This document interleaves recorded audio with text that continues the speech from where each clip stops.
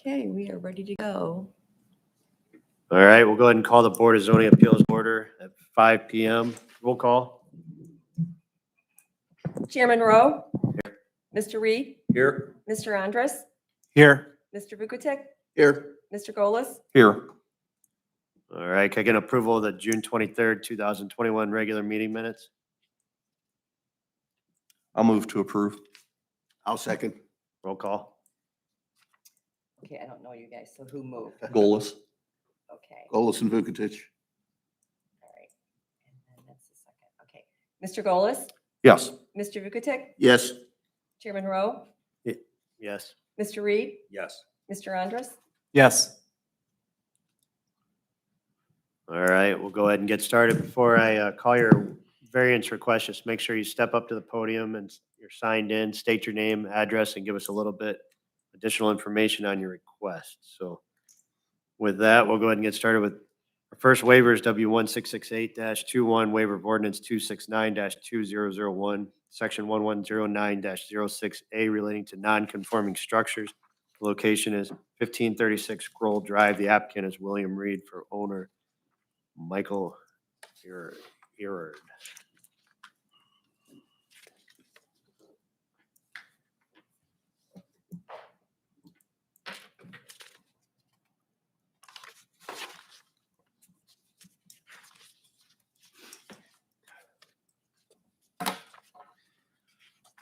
Okay. This is your big moment. There's a site plan floating around that was not in our packets. So make sure three of you see that site plan. Okay, I'm in the process of purchasing this property, trying to put it back to a usable residence. Want to add a porch out the back. The property is a very irregular shaped lot with a 70-year-old house on it. Want to put a porch on the back that the one post will be actually 4 inches approximately farther towards the property line than the existing home, which is already encroaching on the property line. There's a 16-foot city right-of-way that's been there for 70, 90 years, which is a paper straight utility electric right-of-way mainly. So I'm asking for an additional 4 inches in order to put a covered 10 by 13 porch on the backside. Mainly because the lot is a very strange lot and it sits way at the backside of the lot. That's pretty much it. The house itself is very small, so hopes with this covered porch at least get a little breathing room out the backside. Go ahead. You look like you're eager to talk. Well, I'm not eager, but I will talk. So we have a paper street or a paper alley, but it's a right of way of any unimproved. And the existing house, the corner sits 2 foot 5.5 inches approximately from that paper street. And the new addition is going to sit 2 foot and 1/4 inch from there. So we need a variance of 5 inches, correct? 5 1/4 inches. The reason is that they're increasing their nonconformity by 5 1/4 inches to the property line. Okay. So Jim, more than likely, if this were vacated, just to clarify, the homeowner would get half of that alley. If the city did elect to vacate, and then they would still retain an easement for any utilities in there. That's correct. Okay. Which most of the homeowners in the adjacent parcels have already Yes. approached well beyond half of the alley. Yeah.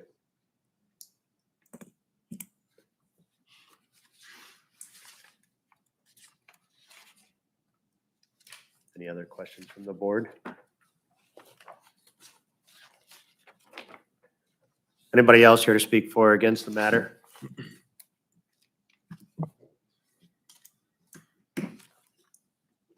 With that, I would entertain a motion. Mr. Chairman, I'll make a motion to approve. I'll second it.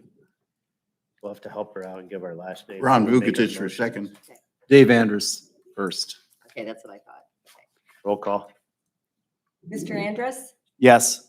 Mr. Vukotic, Yes. Chairman Rowe, Abstain. Mr. Reed, Abstain. Mr. Golis, Yes.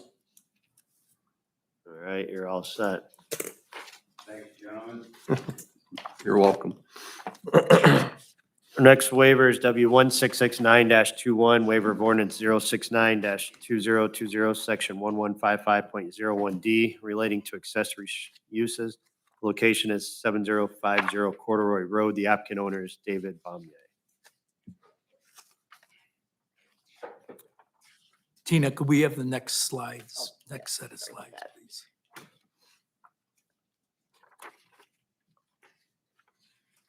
this one? We can go to the next one until we get, there we go.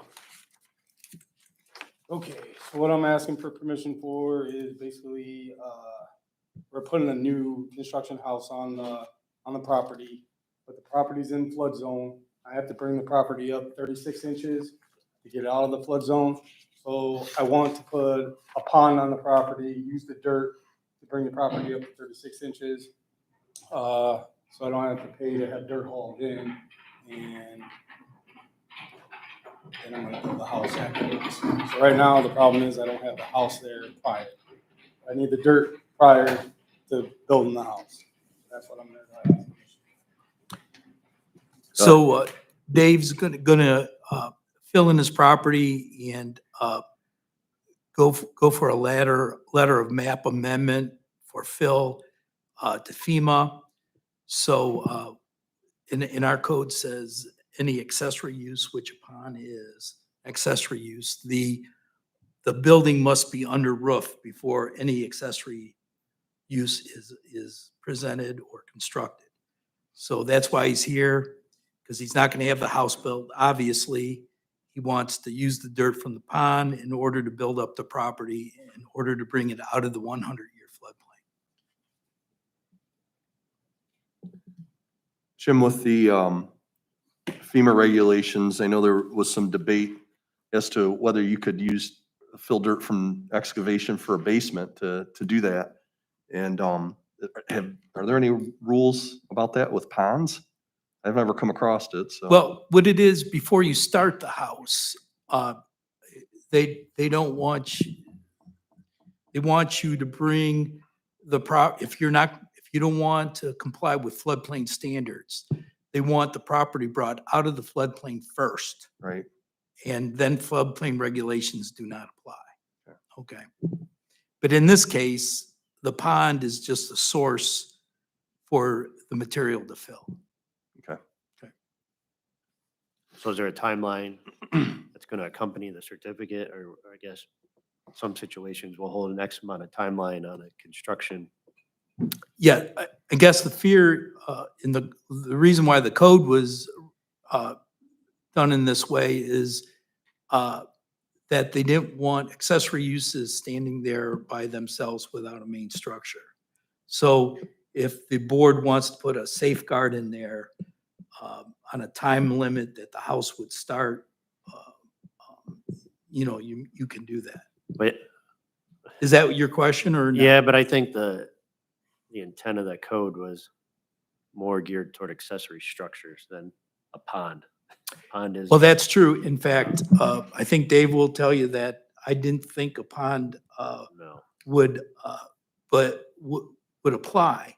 But in reading it, it says accessory use, Yeah, I feel like structure and use. Now, it wasn't always written that way, was it? Because I know a lot of situations where permits were pulled and they were given a time frame. They were putting up buildings and given a time frame to get the house started and pulling permits, and then reneging on the permit later, and then the building stood. And so that has changed in the last 20 years or something to where that doesn't happen anymore. That's right. I believe it was in 2000 that code, because we have a number of accessory structures up. Because it was hard to try and force somebody to tear down their building. It was Exactly. Completed. Right. Numerous times. I think similarly, you wouldn't want a pond to be installed and then the house never gets built and all of a sudden the pond turns into, a play area, basically, you're, setting tents up or putting a camper there and everybody's hanging out there on the weekends and, you know, a house never gets built. So Right. not that I'm saying you do that. No, I'm homeless. I sold my house, it sold quick. This is- So I really you- didn't want to, be honest with you, I didn't want to start until, we talked about it until spring, so it had time to settle a little bit, but I don't know Right. if I have that option. So do you have a timeline in mind of when you, I prefer, like to I break want ground? to try to hold off until spring so it settles, because the dirt, as we all know, fresh dirt always settles some. especially So- clay? But I also was told, because we hired a professional to bring it out of the flood zone and that it could take 4 to 5 months before FEMA says it's okay. So it most likely, to be honest with you, probably will be springtime that I start. Can I make one other Yeah. comment? And this is just for your information. Where you're putting the building pad for your building itself, you might want to put controlled fill in that footprint of that building, so, so you won't have a settling problem, okay? The building code would make you excavate all that loose fill out of there anyhow. So when you fill, I would fill that with lifts of stone. He's gonna be down below that anyway, if he digs a basement. He's not digging, it's gonna be a pole barn. It could be engineered though to use that if Correct. they use the right, you know, roller and compaction Yeah, they have method a- and lifts. It's called a cat claw or something like that. Sheep foot. Sheep's foot Yeah, roller. they bring it out and it packs so hard, it's like concrete. That's what he said. he was Well, gonna put in. Oh, well, that's good, as long as you consider the compaction. Yep. I would really recommend you get, you know, with like Toledo Testing or Bowser Morn or someplace like that, is a geotechnical engineer that engineers that and have them oversee the compaction and write a report for Jim, so then you won't have any issues. They have Well- what they call a nuclear test that will give the compaction on that. Jim, have there been any other similar cases that gave a timeline like this, you know, he has to start the building process within a year or anything like that? You know, I can't recall any, Dave. so. As long as I've been on the board, we've never had one with a pond. Okay. The first pond that we've had an issue with. I mean, a year's not a realistic figure to give him, in my opinion. That's kind of a realistic, if he gets it started. So in the event that it falls through, he doesn't get it started, he moves all the dirt, he digs a pond, and a year goes by and he decides not to build, then what do? You force him to fill the pond back in? That would be the only option I could figure out, right? Either you would start construction or fill the pond, right? Right. I'm fine with that. In 1 year. It's gonna start. So I'd say that's good, in my opinion. I mean, a start date of a year, is that what you're, Must start within a a year. year? And Okay, after that year, if the house hasn't been started, And, then review it or fill it. Right. In case he runs into a circumstance. Right. yeah, there's things that are beyond. Delays him. Yeah. and I just want you to know, you're not giving permission, you're giving permission for him to dig the pond before the house is built, only it still has to go through all the plan review. Correct. As far as drainage and stuff like that, okay? So that has to be approved through our department and through Paul Roman's department, okay? You're only giving them the permission zoning wise to put the pond in prior to the house being built. But we do need to put a number on it, Yeah, though, as of. absolutely. When to Right. start by, Mhm. deadline. Paul? Well, is your approval subject to him obtaining his FEMA approvals and all that, or not? I think right now it's tied to just whether Well, we're letting one get built before the other. right. I think we Whether should he just gets tie it to FEMA construction. approval or not, Right. the timeline would stay in place. Is the way. Oh, yeah, because he could come back and say, I'm just gonna build it to FEMA flood Floodplain standards. standards and be done. Yeah, even if FEMA He could said do that no, right he now. could construct anyhow. So I think we should just say construction must start within whatever timeline. All right, any other questions from the board? Anybody else here to speak for or against the matter? Go ahead and make sure you step up to the podium, state your name, fill out your information on the sign-in We're sheet. already on there. Okay, My name's Deb Ferguson, my husband Dave. So I have 2 Daves we're dealing with. We are excited to have new neighbors. We have met he and his wife many times in talking about this. Dave was here when we got the 10 inches back in July. We have just shy of an acre. He got to see firsthand how we flood. We are in the flood zone, as he's well aware. Our issue is not really with the pond, but you brought up the fact that he still has some steps to go. Building the pond for us right now is going to help divert because we drain the field right behind us and the field to the west of us. So where the water crosses, they've got to see firsthand how bad it can be for us. It comes across our boxes, in case anybody wants to see the pictures, all the way up to our back garage. When it gets really bad, we have to dump in a sump pump and pump to the storm drain. He's seeing this as we're going to have the equipment here. We will put a swale in to try and drain it to that. It goes right across because he's told us that right now I have yellow tape. That's going to be where the leach field is, which is going to be off of our property line, away from the Wolf Creek ditch. My bigger concern is we're going 10 inches high on the septic tank, on the septic lines because of the flood. The pond will help drain the back, and I'll have a house in between. Our bigger fear is, as we've told Dave, is how are we dealing with the water when you go 3 feet up to fill to get it off of the floodplains? So working with him right now, the pond only benefits us, but it'll be to the next step, as you say, and you working with FEMA, just to make sure that I'm not going to have all the way up to my house then flooded. It's actually part of that process of what Jim was talking about. Paul at the end of the table gets to review his drainage and offer that drainage permit before any work starts. Exactly, So- because I did come to talk to Jim last Monday after the whole yellow new tape was put up and the bulldozer sitting there and going, okay, and was told then by the engineering department and Mark Kelly that no permits had been pulled.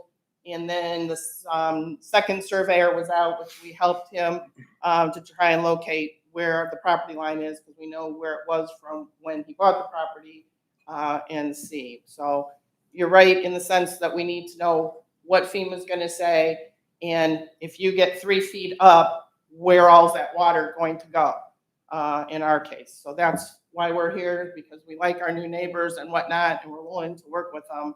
But we just need to make sure that the boxes are checked so that we aren't going to get flooded even more so.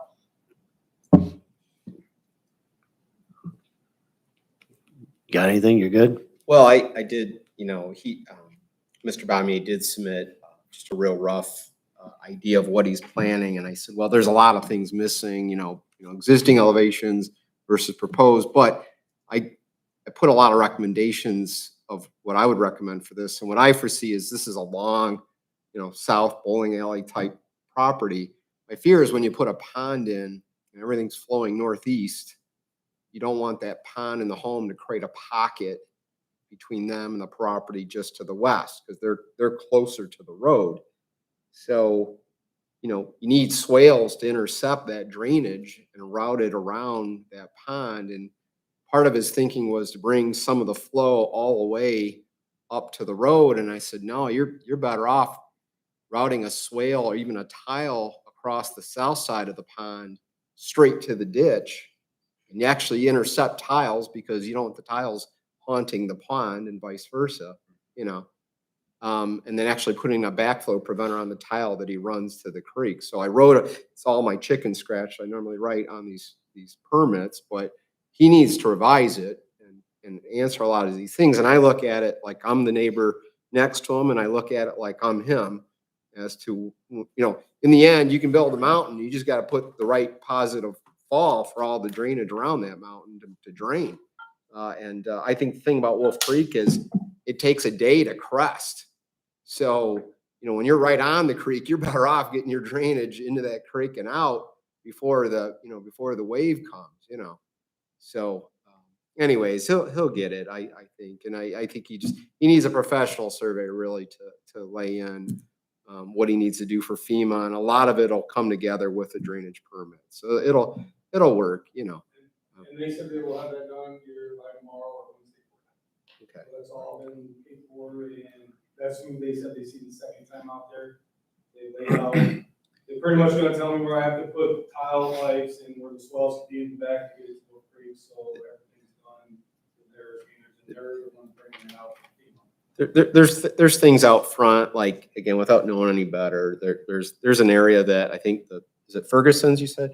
They have a little bit of grass area that's maybe further off their property that they maintain, and that's really the real low. So Dave Bamier will have to put in another catch basin out front to make that all work. But he just needs to show what the proposed grades are to show it has positive fall. That's what matters. Okay. Any other questions for or against the matter? With that, I would entertain a motion.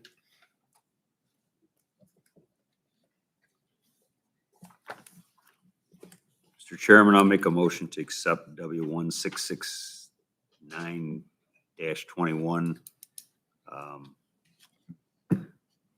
with the 1 year stipulation on starting of the structure.